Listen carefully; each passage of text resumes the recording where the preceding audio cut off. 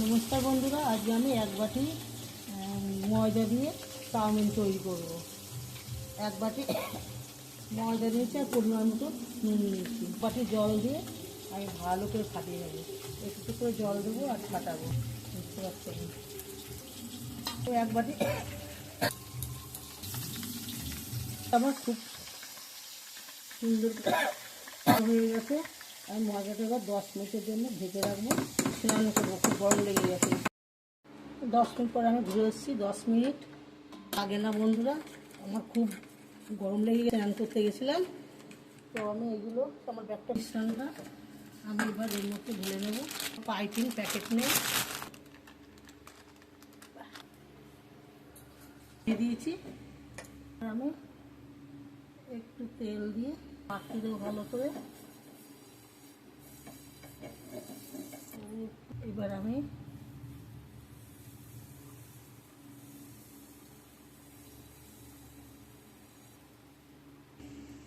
কি সুন্দর চাউমিন হচ্ছে দেখুন, ভেজে নেব।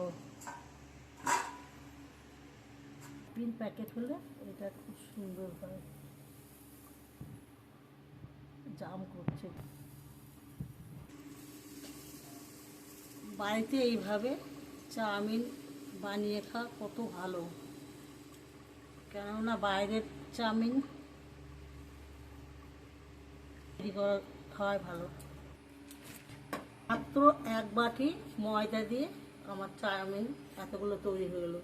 ওজনে হবে হয়তো 125 গ্রাম মতন, কি 5 টাকার ময়দায় এগুলো চাউমিন তৈরি করে ফেললাম।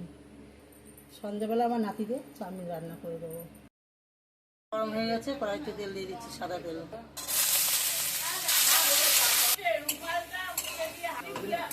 ডিমগুলো ছেড়ে দিচ্ছে, তেল দিলাম।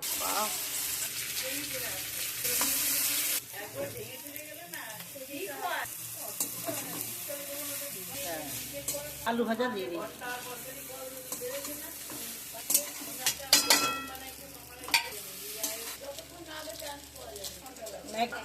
এবার সস দিয়ে